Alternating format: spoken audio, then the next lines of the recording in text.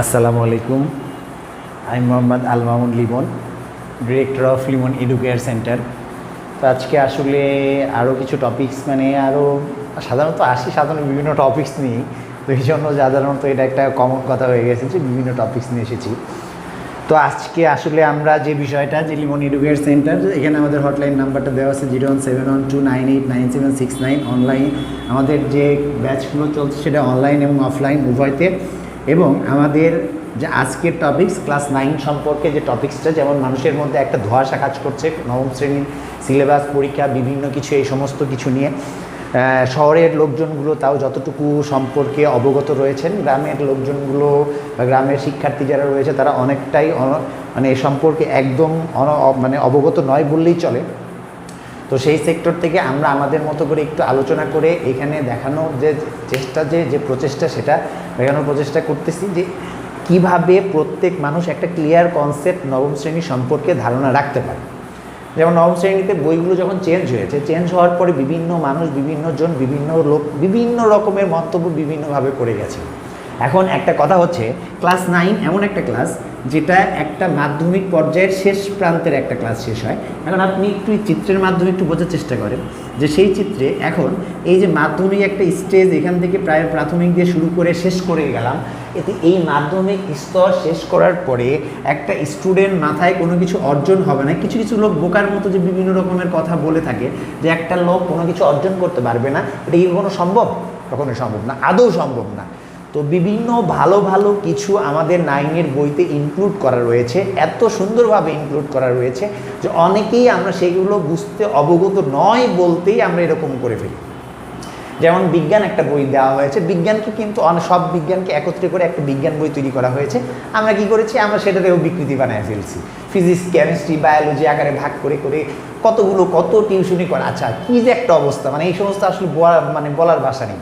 যে যার কারণে পড়াশোনাকে ইজি করে সহজে বোধগম্য করার জন্য, জ্ঞান অর্জনের জন্য, জ্ঞান অ্যাকোয়ার করার জন্য যে সিস্টেম করে দিল, সেই সিস্টেমকে আমরা এতগুলো প্রাইভেট বা এতগুলো টিউশনিতে ভাগ করে নিয়ে সিস্টেমটাকে 12টা বাজায় ফেলালাম। 2, ইংরেজি শিখতে গেলে ইংরেজির জন্য বেসিক্যালি যে গ্রামাটিক্যাল টার্মগুলো রয়েছে, বিভিন্ন কিছু রয়েছে, বিভিন্ন টপিকস রয়েছে, বিভিন্ন বিষয় রয়েছে, সেইগুলো দেখে, বিভিন্ন দৃশ্যাবলী দেখে, বিভিন্ন বিষয় দেখে আমাকে বিভিন্ন প্যারাগ্রাফ, বিভিন্ন কম্পোজিশন, বিভিন্ন কিছু লিখতে হবে। It is high thought class of English language, using of English language, কিন্তু আমাদের এখানে সেটাকেও 12টা বাজিয়ে দেওয়া হয়েছে।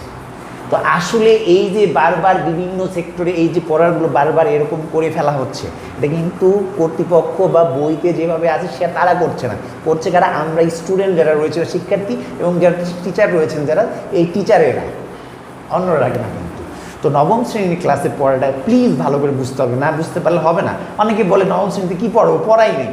আমি বলছি নবম শ্রেণীতে পড়া ছাড়া প্রত্যেকটা টপিক্সে এত বেশি পড়া রয়েছে, এত বেশি পড়া রয়েছে যে আগে নবম শ্রেণীর স্টুডেন্টরা যা শিখতো, বর্তমানে নবম শ্রেণীর স্টুডেন্টরা তার থেকে বেশি কিছু শিখতে পারবে। কিন্তু আমরা না দেখে বলতেছি পড়াই নাই এর মধ্যে। তাহলে এই জিনিসটাকে কেমনে চালানো যায়?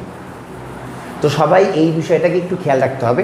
এখন আমি বিজ্ঞানের কথা বললাম, বিজ্ঞানকে তো 4টা বিজ্ঞানকে একত্রিত করে একটা বিজ্ঞান তৈরি করা হয়েছে। সামাজিক বিজ্ঞানকে নিয়ে আসা হয়েছে, ইতিহাসের সাথে সামাজিক বিজ্ঞানকে অ্যাড করা হয়েছে। তারপরে হচ্ছে আপনার বিভিন্ন বিষয়, যেমন ইংরেজিতে যেরকম একটা বিষয় আসছে, বাংলাকে কিভাবে বাংলা সাহিত্যের ভিতরে বাংলা ব্যাকরণকে ব্যবহার করা হয়েছে সেই পদ্ধতি দেখানো হয়েছে। এখন ভাই, আমি যদি আমার জ্ঞান দিয়ে এইগুলো ধরতে না পারি যে এর ভিতরে কোন ব্যাকরণের, কোন সাহিত্যের মধ্যে কোন ব্যাকরণ ব্যবহার করা হয়েছে, কোন বিজ্ঞানের ভিতরে কোন পরীক্ষাটা ব্যবহার করা হয়েছে, কোন ইংরেজি কোন টপিকস ফলো করলে আমি পারবো, এগুলো যদি আমি করতে না পারি, তাহলে আমি বলবো বইটা বাজে, বইটা ভালো কোনো বই তৈরি হয়নি। আরে মেয়ে, যে বইটা লিখেছে সে কি আপনার থেকে কম জ্ঞান রাখেন? অবশ্যই আপনার চাইতে অনেক ভালো জ্ঞান তিনি রাখেন যিনি বইটা তৈরি করেছেন। অতএব সমালোচনা করার আগে নিজের কতটুকু জ্ঞান সেটা একটু পরিধিটা বুঝতে হবে। তো এই যে বিষয়টা আসতেছে, তো এর মধ্যে আবার আর একটা টপিক যেটা নিয়ে আসছি যে ম্যাক্সিমাম স্টুডেন্ট নবম শ্রেণীর এই যে পড়াগুলো নিয়ে একটা ধোকার মধ্যে রয়েছে।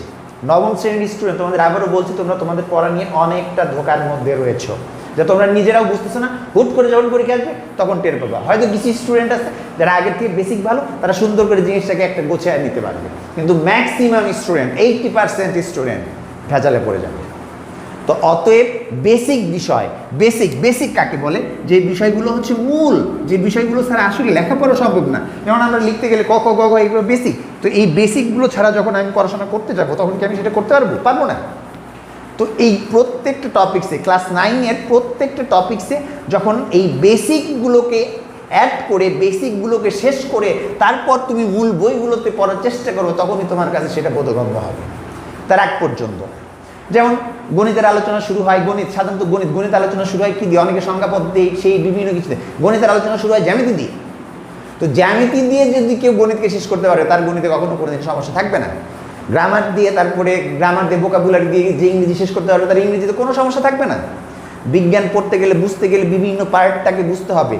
সেই পার্টগুলো যেমন এই পদার্থবিজ্ঞানের মধ্যে বিভিন্ন যে বিজ্ঞানগুলো রয়েছে, যেমন রসায়ন, জীব, এইগুলো সবই কিন্তু পদার্থের আওতাভুক্ত। তো এইগুলো যদি এইভাবে না বুঝে আমরা শুধু প্রাইভেট বা টিউশন এই সমস্ত করতে থাকি, এগুলো করতেই থাকি, তাহলে কেন আমার এই সিলেবাসটা? আর আমরা আমাদের কর্তৃপক্ষ যারা সরকার মণ্ডলীতে রয়েছেন তাদের কাছে একটা রিকোয়েস্ট করবো যে অবশ্যই আপনারা ষান্মাসিক পরীক্ষার একটা কথা বলেছেন, সমষ্টি একটা মূল্যায়ন পরীক্ষার কথা বলেছেন, এই জন্য ধন্যবাদ আপনাদের। কিন্তু আরও একটু পরীক্ষার মূল্যায়নটা করতে হবে।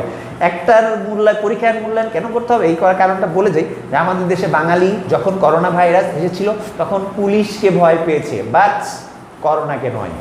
তাহলে সেই দেশের লোকজন পড়াশোনা পরীক্ষা ছাড়া কিভাবে পড়ে পরীক্ষাটা দিবে, এটা কি আদৌ বোধগম্য হয়?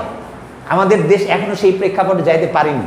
অতএব আমরা আমাদের সরকার প্রধান বা যারা রয়েছেন তাদের কাছে অনুরোধ করব যে আপনারা সিলেবাস যেটা দিয়েছেন, অনেক ভালো সিলেবাস দিয়েছেন, এর সাথে একটু পরীক্ষা পদ্ধতিকে অ্যাড করবেন দয়া করে। আর নবম শ্রেণীর স্টুডেন্ট, এখনো বলছি, অনেকটাই ভুল ভ্রান্তির মধ্যে দিয়ে দৌড়াদৌড়ি করছো। ততে ভুল ভ্রান্তি সেই লাইনটাকে ব্যাক করে পিছনের দিকে একটু পিছাইতে হলে একটু পিছাও, কিন্তু লাইনটাকে সঠিক লাইনে নিয়ে যাও, সঠিক ট্র্যাকে নিয়ে যাও। বিজ্ঞানকে তুমি ভুল পদ্ধতিতে পড়ছো, বাংলাকে ভুল পদ্ধতিতে পড়ছো। আমি বলছি না যে আমি সব জানি তুমি সব ভুল করছো, এটা বলছি না, প্লিজ ভুল বুঝবা না।